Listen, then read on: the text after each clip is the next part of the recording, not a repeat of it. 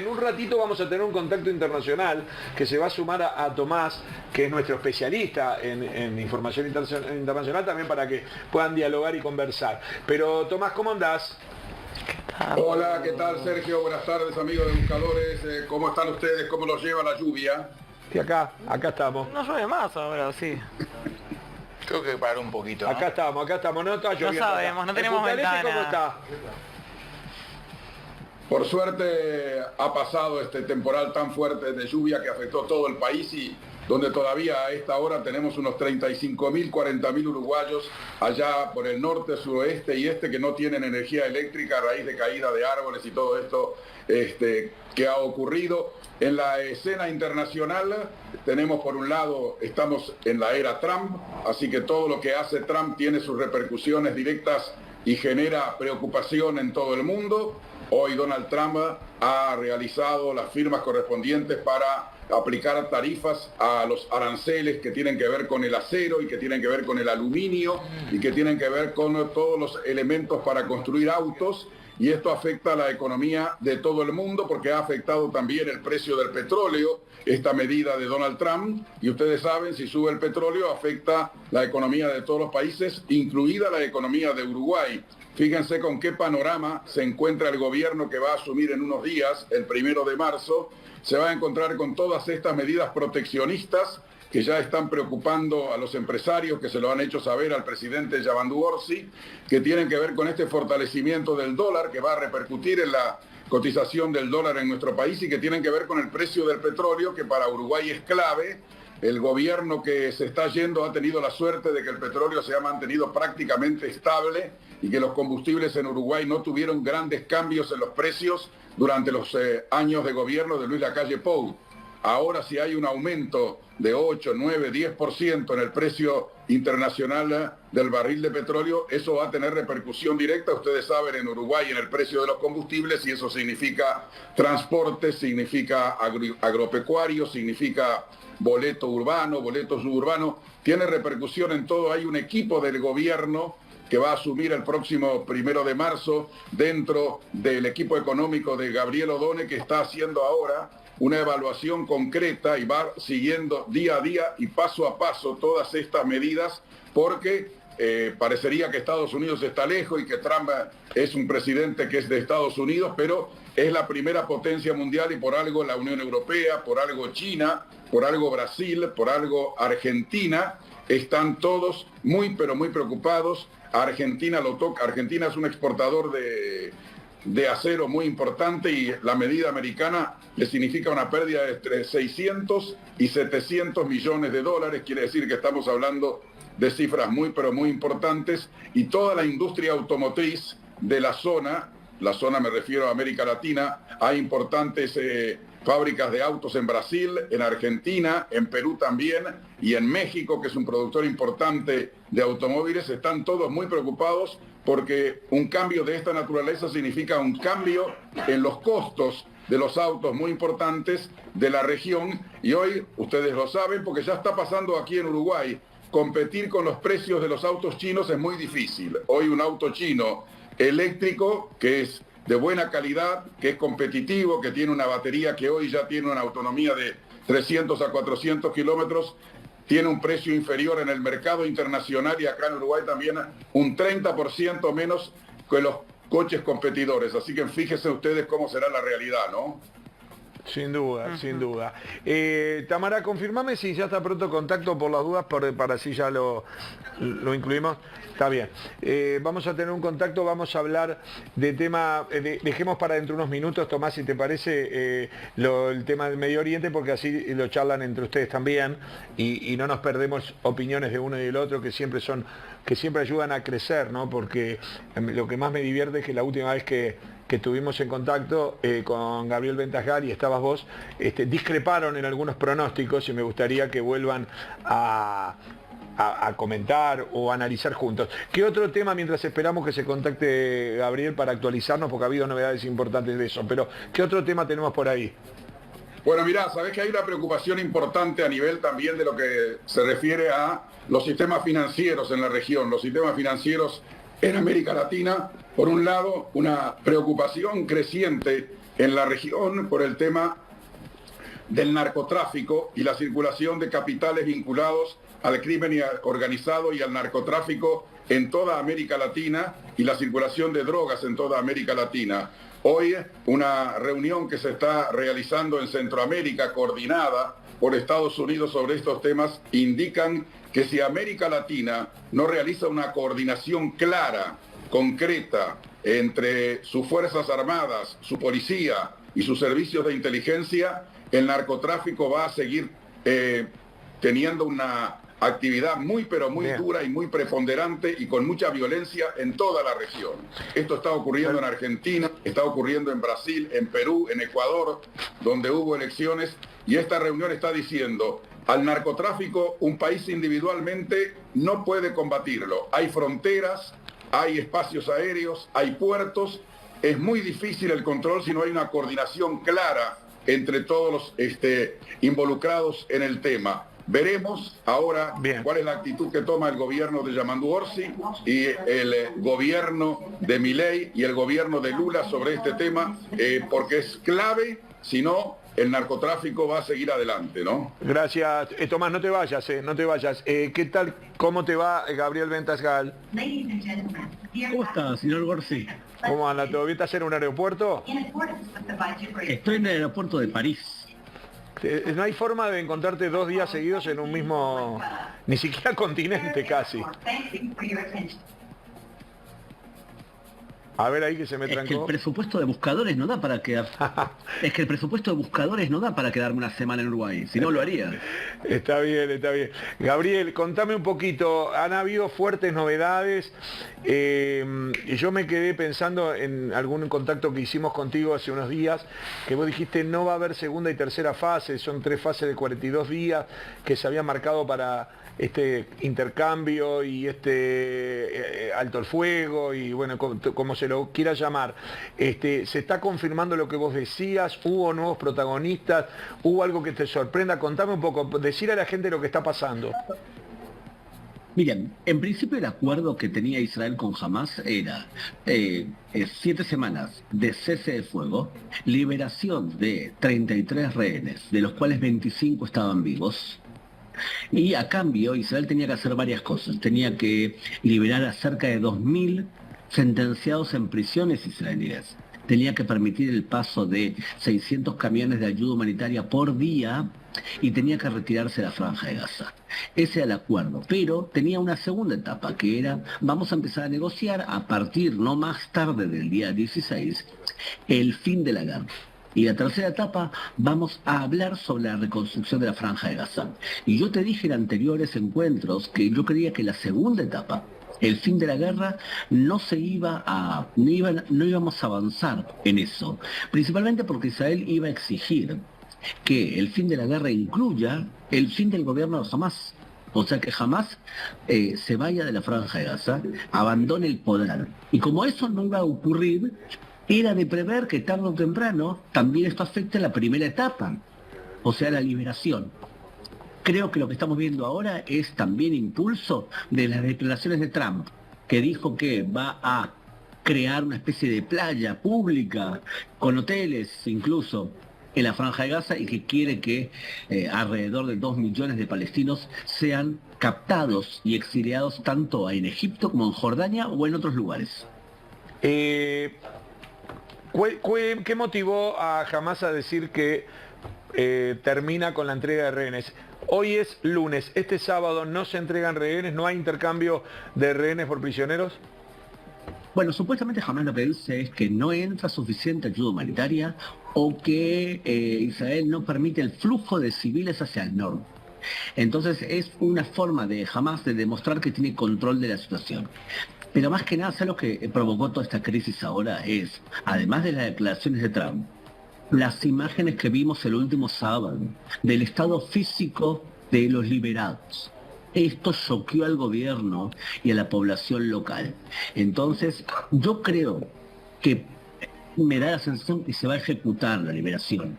Lo que pasa es que ahora Netanyahu acaba de declarar que si hasta el sábado al mediodía no se liberan a los rehenes, y no quedó claro si es a los 9 que faltan o a los 3 que tocaban esa semana, entonces Israel iba a volver a atacar fuertemente, rompiendo el cese de fuego. Que es una opción real, Sergio. Puede ser que sea una opción real que volvamos a los combates incluso este fin de semana. Ahora, ¿entendí bien o Trump en un momento dijo que debería ser, basta de las cuentagotas, que la devolución de rehenes tendría que ser entera? Y cuando habla entera, habla no de los 3, ¿qué habla? ¿De los 9 o habla de todos? Porque hay 72, ¿no? En este momento. Claro, lo que pasa es que lo dijo a nivel muy general. Él lo que quiere demostrarle al Hamas es que le da la llave para que Israel haga lo que crea necesario. O sea, que le abre la canilla de alguna manera. Es lo que acaba de decir Trump. Lo que pasa es que es difícil saber cómo Trump puede realmente presionar a alguien. A Hamas es difícil que lo pueda presionar. ¿A quién puede presionar Trump para que controle a Hamas? Bueno, puede presionar quizás a Qatar, que es quien financia a Hamas. Puede presionar quizás a Egipto, que recibe 2.200 millones de dólares por año de Estados Unidos. O a Jordania, que es otro país que recibe unos 500 millones de dólares por año de Estados Unidos. Es difícil saber si esa presión económica puede crear un efecto tal que estos países capten a palestinos, o bien que alguien lo controle a Hamas y diga, bueno, cumpla el acuerdo porque la alternativa es peor. Está bien. Permitime incluir a Tomás, que es nuestro especialista en noticias internacionales, porque creo que él estaba en desacuerdo con que no iba a haber segunda la vez pasada, cuando tú dijiste, para mí no va a seguir la segunda parte, se cortan la primera, y él estaba en desacuerdo. Tomás, ¿cómo estás viendo estos últimos momentos? Y aprovechá que tenés a Gabriel y si querés conversar con él directamente. No, lo que dice Gabriel es un poco el análisis de lo que está ocurriendo. Lo que pasa que Gabriel, y él lo sabe también, pero mucha gente a veces no entiende, se habla que hay un acuerdo del cese del fuego para intercambio de los rehenes por los terroristas palestinos que están en las cárceles israelíes. Fíjense ustedes, esto que ocurre hoy en Medio Oriente no tiene antecedentes en el mundo, ni en la historia de Israel, ni en la historia de Estados Unidos. Estados Unidos con Israel firmaron un acuerdo con el movimiento terrorista Hamas. Cuando tú firmas un acuerdo con alguien, tenés que reconocer a los interlocutores con los cuales firmás el acuerdo y a las autoridades de esos interlocutores con los cuales firmás un acuerdo. Israel y Estados Unidos firmaron un acuerdo con Hamas, reconociendo a las autoridades de Hamas. Israel tuvo muy poco margen para poner condiciones en ese acuerdo porque Israel priorizó que se liberen los rehenes, los muertos y los que están vivos. Y para eso tuvo que aceptar una serie de condiciones que parecerían que eran imposibles y las aceptó. Fíjense ustedes que jamás puso, lo vamos a liberar en tal lugar en Gaza. Solo la Cruz Roja Internacional los puede recibir.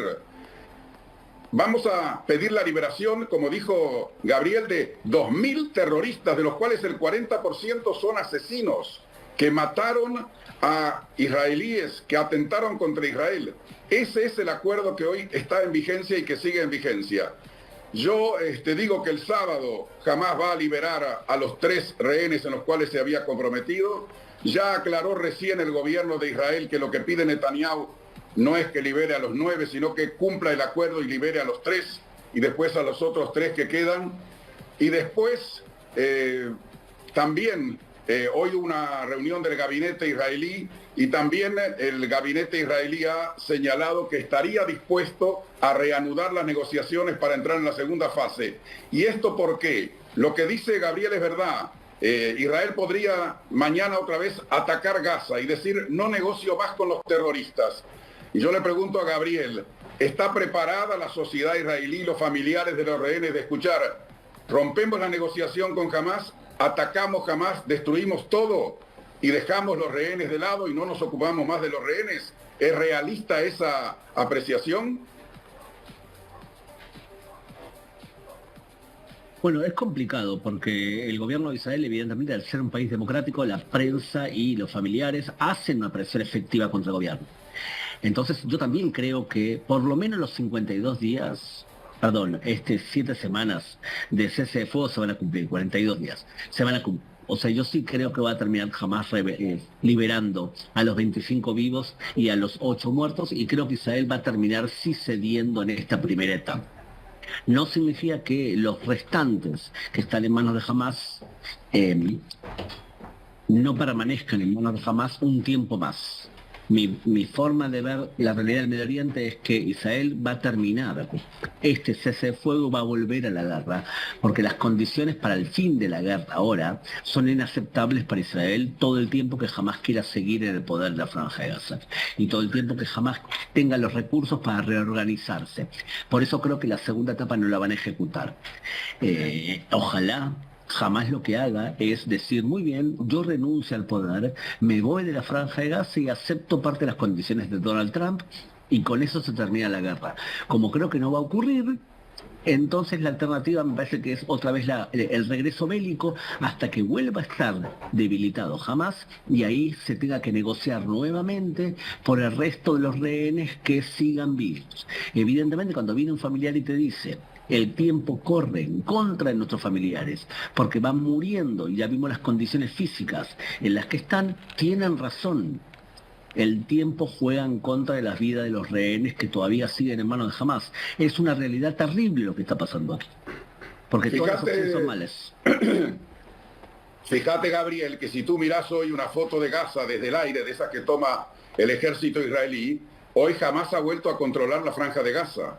Hoy ha vuelto a salir la policía de Hamás y está controlando los movimientos de la gente que va del norte al sur. Las autoridades de Hamás, porque uno dice Hamás tiene ministerios y están otra vez, han salido otra vez, han reabierto las oficinas y fíjate todavía, además ellos controlan la entrega de la ayuda humanitaria y con eso hacen chantaje, cobran peaje, se quedan con la ayuda humanitaria que entra, es terrible.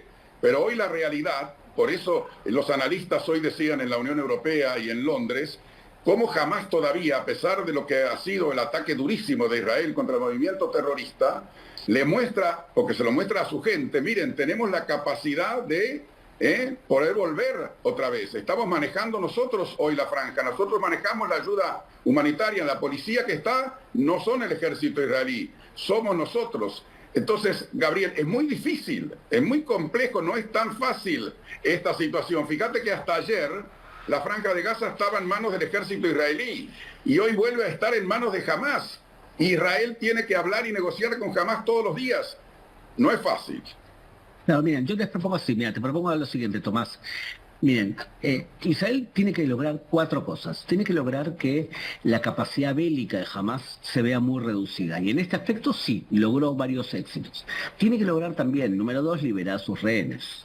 Y eso estamos en camino o se liberó en una parte. El tercer nivel es evitar que Hamás, si vos salís, se reorganice. Y en ese sentido, Hamás, si vos lo dejás libre 2, 3 meses más, toma el poder completamente la Franja de Gaza, como está demostrando y como bien dices tú. Y el cuarto nivel es evitar que Hamás siga en el poder. De los 4 niveles, se han conseguido parcialmente algunos y otros no. Entonces, aquel que crea que la negociación va a terminar al punto, al fin de la guerra, creo que es un poco inocente, porque en este tipo de gobierno que tiene Israel y después del 7 de octubre, la posibilidad de aceptar la continuación de Hamás en la Franja de Gaza y la capacidad para poder reorganizarse y hacer otro 7 de octubre, y es algo que preocupa en serio. Por eso yo aconsejo ser bastante pesimista ante esa posibilidad de que a través del diálogo multilateral se logre un cese de fuego permanente. No, yo estoy de acuerdo contigo, cese del fuego permanente no, pero no creo que ahora termine la primera fase y se reanuden las operaciones militares. Yo creo que habrá una segunda fase por lo que tú decías, por esta presión grande de los familiares y al ver los rehenes como salieron, los que están en poder de Hamás, cada día que pasa es más difícil que sigan vivos. Por eso, como tú decís, hay una mezcla de cosas, pero la gran preocupación en Israel, de los servicios de Israel, del Shin Bet y del Mossad, es ver cómo Hamás en 15 días se reorganizó, como tú decías. Si le das 3, 4 meses, es muy peligroso para Israel. ¿Qué pasa? Siempre te escucho, Gabriel, explicando por qué no se soluciona este tema sobre la base de la dicotomía en si la discusión es por territorio o por religión. ¿Cómo es esa explicación? Brevemente, por favor. ¿Sabes lo que pasa, Sergio? Que en América Latina nos enseña que los conflictos son por tierra, por agua, por petróleo, por cosas materiales. Y en el Medio Oriente lo más importante son los clanes y la religión. Cuando Hamás atacó a Israel el 7 de octubre, no gritó que viva el Frente Amplio, que viva Mujica y basta el imperialismo. Gritó Allahu Akbar, que era un grito religioso. La religión es la base del conflicto y por eso es tan complicado de solucionar. Es más, te digo, si querés hablar de Medio Oriente y entrevistás a alguien de Medio Oriente y el tipo no te habla de religión y no te habla de clanes y no te habla, te está traduciendo el Medio Oriente al idioma que le viene cómodo a él, pero no es especialista en Medio Oriente. O sea, acá canjes de tierras no solucionan necesariamente un problema.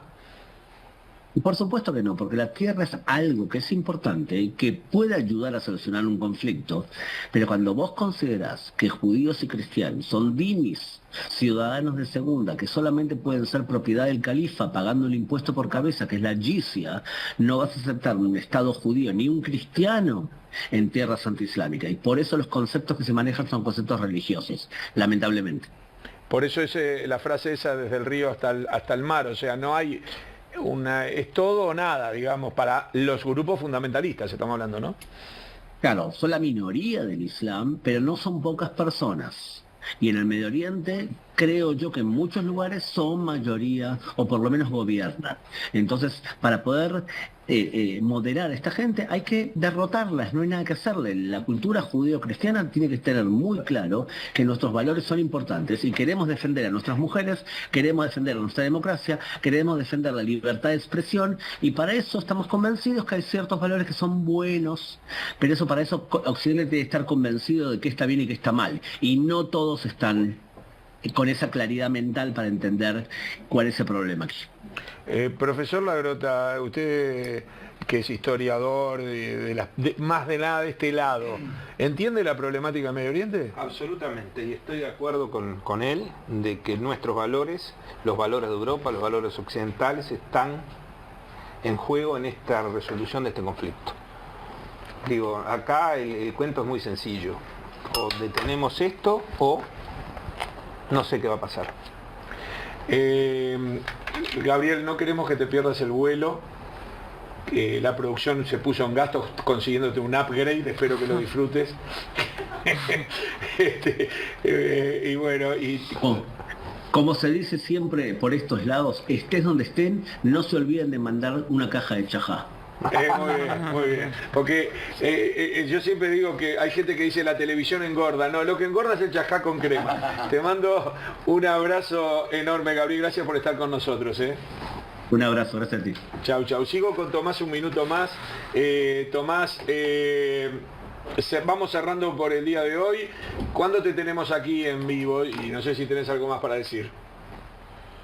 En vivo estoy el jueves y el viernes allí en la mesa de buscadores, bueno, con ustedes.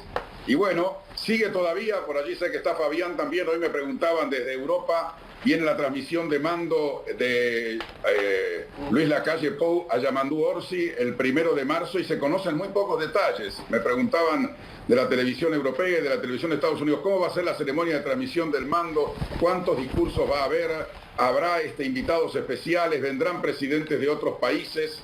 Les dije hasta hoy, y falta muy poco tiempo, el gobierno electo se mantiene en el más absoluto hermetismo. Si ha invitado, no ha invitado a presidentes, a jefes de Estado, a representantes de organizaciones internacionales. Es el acto más importante en el comienzo de un gobierno, la transmisión del mando. Aparte, el 1 de marzo se cumplen, es una fecha importante para nosotros los uruguayos, 40 años de democracia en Uruguay, así que fíjense qué coincidencia, asume un nuevo presidente y estamos disfrutando por 40 años consecutivos de la democracia, del Estado de Derecho, de la libertad y del funcionamiento de las instituciones. Así que veremos, seguramente en los próximos días vamos a conocer cómo serán. Lo único que está confirmado, me lo confirmaron hoy en el equipo de de Orsi, lo que decía Fabiana, habrá pantallas en todo el país para que la gente pueda seguir lo que será la transmisión del mando y los discursos del presidente electo Yamandu Orsi. Tomás, escuchás, has llegado a buen puerto.